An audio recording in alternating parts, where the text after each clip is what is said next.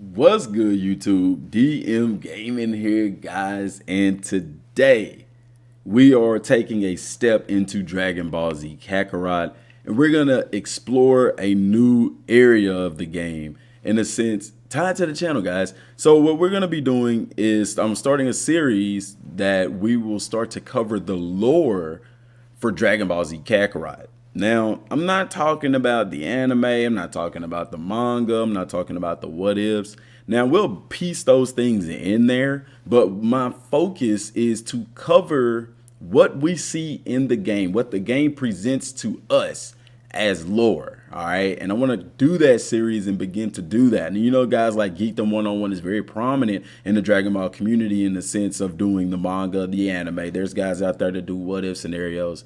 There's nobody doing lore on the game, and we want to explore that today. So y'all sit back, relax, and let's get into it.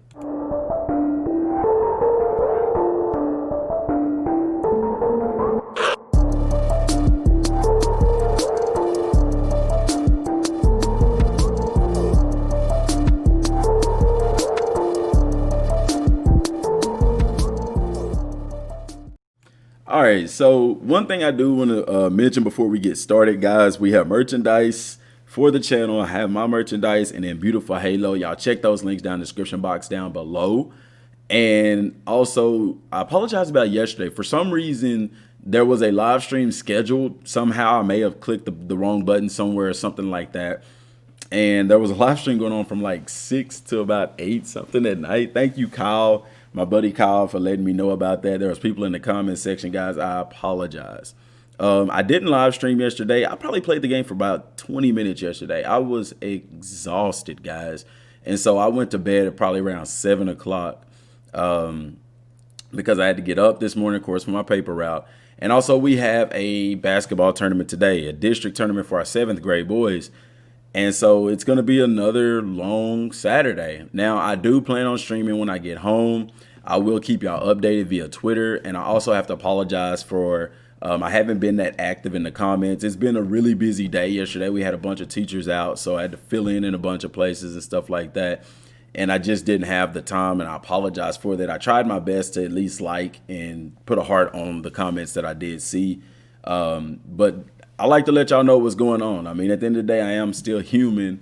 I'm working, you know, teacher, coaching, paper route, plus my family and stuff like that, and this as well. So, but I'm not complaining because I enjoy every single aspect of my life. So anyway, guys, Dragon Ball Z Kakarot lore video number 1. And for this, we are going to be utilizing an in-game feature called the Encyclopedia. Yes.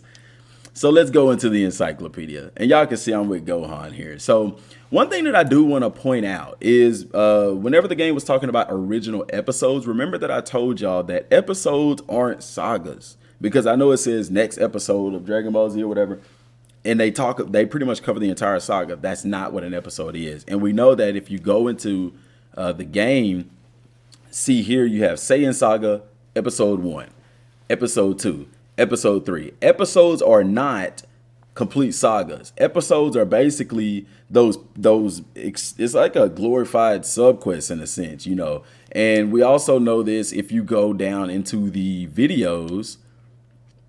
You have episode 1 part 1, episode 1 part 2, episode 1 part 3, and basically it ends before the fight. So episode 1 takes place from the beginning of the game to before the Raditz fight. You see what I'm saying? So whenever we're getting 2 new episodes, guys, with the DLC, and they're original episodes. So that's something that's not based off the anime. It's something specifically made for the game.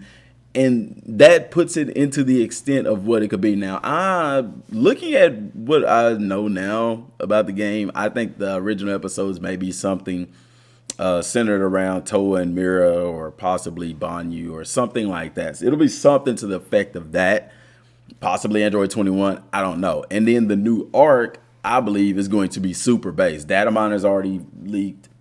Beerus and Whis, which that's no surprise to me. That's the next arc up, is Battle of Gods. So anyway, I just wanted to point that out. Now, let's go into, first of all, introducing some of the characters. I like this. I love this.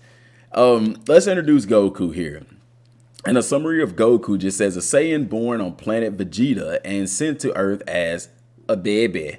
His Saiyan name is Kakarot, but he was given the name Goku by his adoptive grandfather Gohan, from whom he also learned martial arts. After Gohan's passing, Goku spent his days alone in the mountains until visited by a young girl in search of the mystical Dragon Ball. Now, this is really cool because you can rotate the characters as well. One thing about Goku, and what I want to talk about today, is his relationship as a dad. The game, when you start the game, you're immediately captivated by dad. You see what I'm saying? So Dragon Ball Z Kakarot is telling the story of Goku.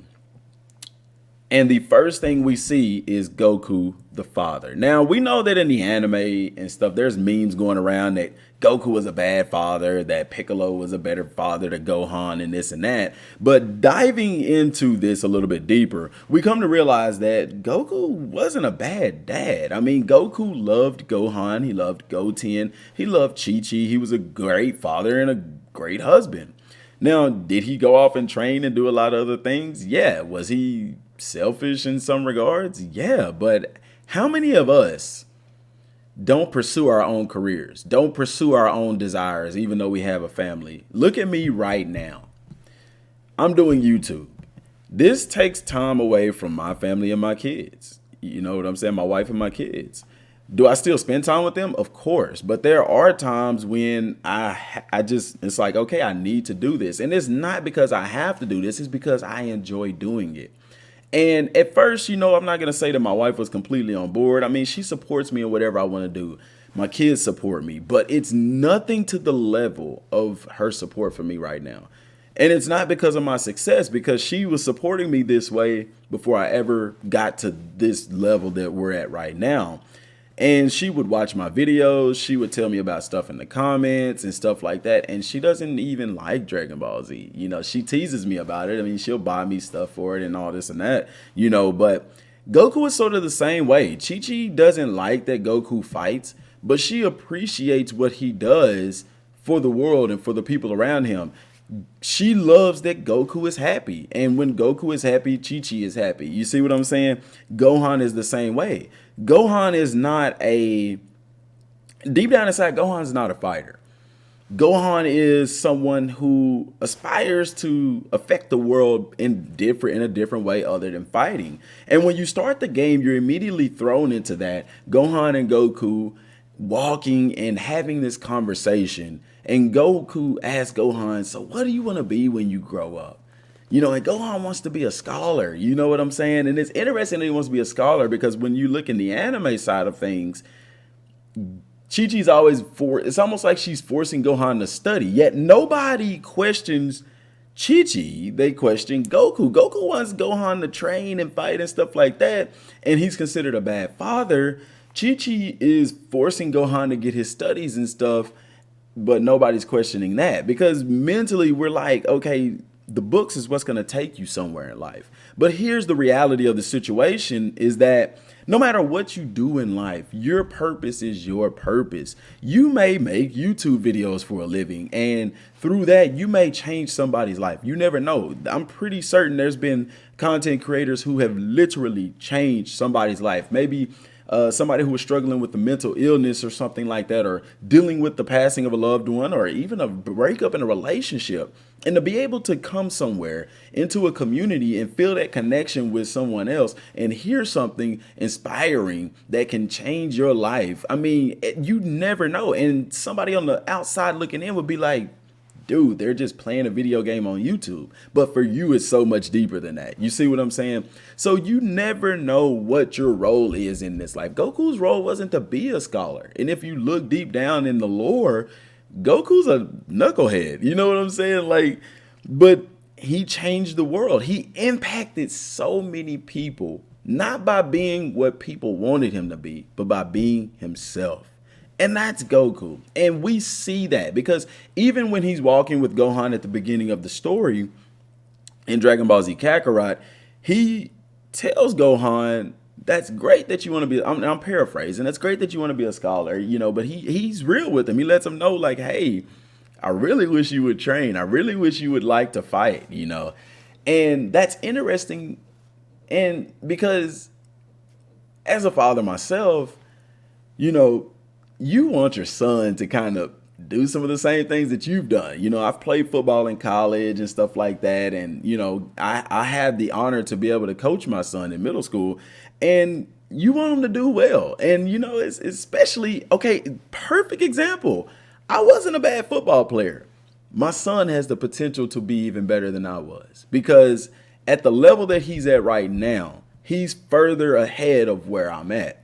Now, same way with Goku. Goku's an excellent fighter, one of the best in the world. But we know from the anime and the manga that Gohan has the potential to be even greater and more powerful than Goku and Vegeta. You see what I'm saying? Vegeta even admits that. And so Goku, yeah, he wants his son to fight and be a fighter and things like that. And this is at a point where Goku doesn't really know Gohan's full potential yet. And yet he still wants him to fight.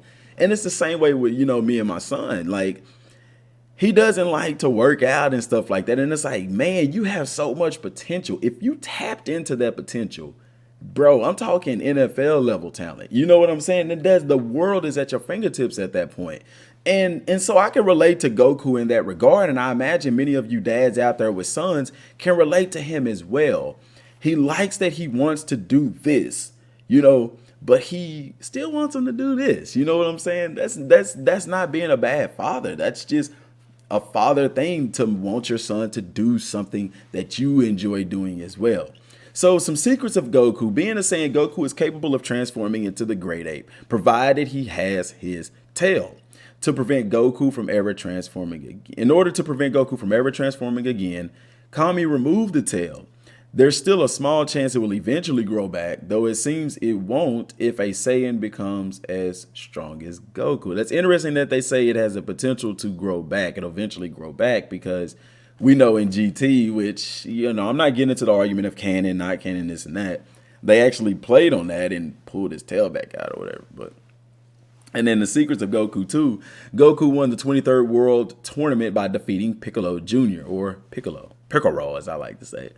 But once Mr. Satan won the tournament 11 years later and developed a large legion of fans, Goku's name fell into obscurity among the tournament goers and combatants. Goku couldn't care less, though. As long as he's able to keep fighting strong opponents, he is happy. And this is our introduction to Son Goku. So let's look at the father-son relationship and go to Gohan. Look at little Gohan-shito. Look at the chiquito. Goku and Chi-Chi's son. The ball atop his hat is actual 4-star Dragon Ball. A keepsake from Goku's adoptive grandfather, the man whom Gohan is named after. This is Kid Gohan. Now, we're going to look at a clip here in a second, and you're going to see something special. And I'm going to talk y'all through that. But guys, here's the thing about Goku. He's not a bad father. And I can relate to this, and I'm going to give y'all some background into my own personal life. My dad, his parents died at a young age. I think by the time he was 4 or 5, both of his parents had passed away. I never knew them. I never knew much about them. He didn't know much about them. So, I just don't know him. He doesn't know much about him. He was raised by his grandmother. And, growing up, my dad wasn't very affectionate. Did I know my dad loved me? Of course. I know for a fact my dad loves me. I had 2 brothers that passed away, one in 2008, one in 2009. My other brother, he was 22 years old. He died in a single car accident, 2008. At his funeral, or not even backing up, when the police came in and told us what happened, I seen my dad break down in a way that I've never seen him before. He was never one to really show a lot of emotion. But that day I saw something that I've never seen before. I've seen him emotional. Now, he's always portrayed his love for us. My dad worked 2 and 3 jobs sometimes because my mother was unable to work. 6 kids, I mean, you can kind of imagine. But Yet and still, he had time for us. Yet and still, when I look back on my life, my dad was there when I needed him. He spent time with us. He made time for us. And so I never questioned my dad's love for us. I grew up in that. You see what I'm saying? I didn't have anything to compare it to, and I wouldn't want to compare it to anything at all. But guys, like I said, I never seen much emotion from my dad. I remember when his grandmother passed away, he fell apart. And I was very young when this happened, but I still remember it. We went to Mississippi for the funeral, went in and saw her. I remember being a kid, seeing her in the casket. And I remember him running out of the church just in tears. And he slams on the hood of this car, puts a dent in it. I mean, he was distraught. But that was nothing compared to when my brother passed, seeing my dad break down like that. And I'll never forget that moment. And at the funeral, before they put my brother in the ground, the one that passed away first, he leaned forward and he kissed the casket. Very small gesture, but it's just, I never seen that emotion from him. So it was awkward. It wasn't awkward in a bad way. It was just like, wow, my dad's human as well. I mean, because I look up to my dad and it's almost like he's a superhuman. Nothing can bother him. Nothing can get to him. And to see him like that was like, wow, he's human, and the same kind of goes for Goku. He never really knew his parents. He never got to know them. He was young when he was taken from them and when they passed away, and he was raised by Grandpa Gohan. Now, Grandpa Gohan, from what we've seen, is a nice guy. He's affectionate. He's attentive to Goku and things like that. But Goku never really had a true father figure in his life, or a mother figure for that matter. And so how can you expect Goku to be the ideal father that you would assume that a father should be when he's never had that example in his own life? So I'm telling those stories to say that people are the way that they are because of the way that they were raised. If you've never had an affectionate father in your life, or a father in your life that shows affection to his kids, you're going to be the same way. And what's interesting is with my kids, I found myself being the same way as my father. I'm having to learn how to show my kids affection, like give my son a hug. There's no issue hugging my daughter, that's father-daughter, but give my son a hug, tell him that I love him and stuff like that. Those things at first felt kind of awkward, having a relationship with my son, because me and my father wasn't like that. Now, that doesn't mean that we don't love each other. I love my father to death. He loves me to the moon and back, but those things were absent. And so they're new to me and out of my comfort zone. So like we talked about in yesterday's video, you got to kind of step out of your comfort zone and grow. You see what I'm saying? So I can relate to Goku, and I think a lot of us can relate to Goku in that regard. I mean, he's not, just super duper, oh my gosh, Gohan, you're the cutest. That's not him. You see what I'm saying? And it's amazing when you watch the opening scene of the game with Goku and Gohan walking, and he's holding him and he's playing with them and he's getting apples with them. And I mean, it is a deep look into their world, and it's throwing people in social media for a loop, because all through the anime we didn't see that portrayal of Goku, but it's always been there. It's always been there. Look, when you look back in the anime, look into the Cell Saga and look at how Goku was with Gohan, always believing in Gohan more than Gohan believed in himself. You see what I'm saying? It wasn't so much about Gohan being the strongest fighter. Goku saw something in Gohan that Gohan didn't see in himself, and he at times forced that out of Gohan. He didn't want to force Gohan. And look at the training they did in the hyperbolic time chamber. Gohan was, Goku didn't want, he pushed Gohan, but when Gohan was like, no, Dad, stop taking it easy on me, Goku was like, all right, what I'm going to do, Goku pulled a Abraham and Isaac, where Abraham was going to sacrifice his son Isaac. Goku was like, look, all right, you want this? I'm going to give you everything I got. You see what I'm saying? And what's amazing is Gohan didn't know till later, that Goku wasn't holding back, that Gohan was just strong. He was powerful. And then when Gohan finds this out, he's like, wow. You know what I'm saying? Because if you notice on the scene in the anime where Goku was powering up to show Korin his power in relation to Cell's power, everybody was being blown away, but Gohan was just sitting there looking.